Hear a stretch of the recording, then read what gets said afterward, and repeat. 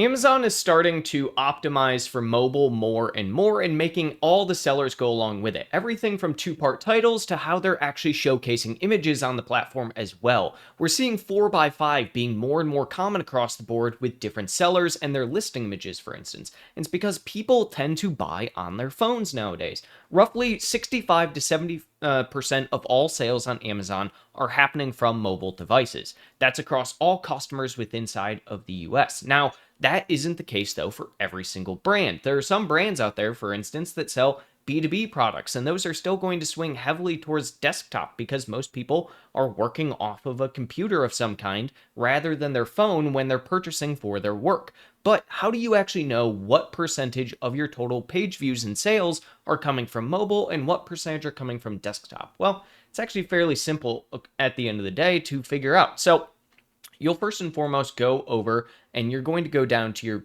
reports and then business reports.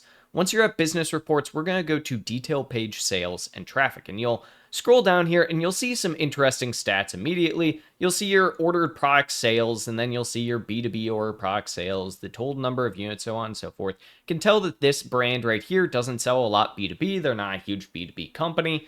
By any means. You also see this, your page views total. You'll see your sessions here as well, but you're not seeing a breakdown immediately from mobile or from desktop. And so all you have to do, a lot of people don't realize there's this little button over on the side here, which is show and hide columns. So we're going to click this right here. And once we actually do that, you can see a couple of different things. So we're going to look first and foremost page views from the mobile app here, and then we're also going to look at page views from the browser as well. So right there immediately, you can now see how your total page views are actually broken down from your mobile app and from your browser. So we have 963 total views on this specific day.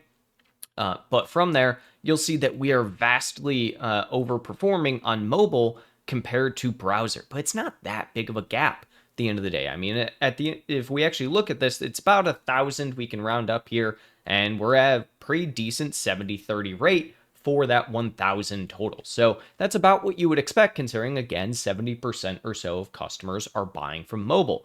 Now, simultaneously here, if you are somebody who sells a B2B product, I would encourage you to also look at your B2B, because what you'll notice immediately is that when we're looking at mobile versus browser B2B, again, even for this product right here, or this brand that does not sell a heavy B2B product, you'll notice that on mobile for B2B, it's 15, and on browser, it's 29. So if you're somebody who's selling something such as office supplies, desk chairs, anything, you're likely going to see that browser for B2B is still much higher than mobile, typically speaking. So this is the easiest way at the end of the day to check how to see whether you are optimized specifically for mobile or for desktop. And it's something we're doing across all the different brands that we work with to know how we should actually set up our listing images, how we should set up our titles, and make sure that we're fully optimized at the end of the day. So if you like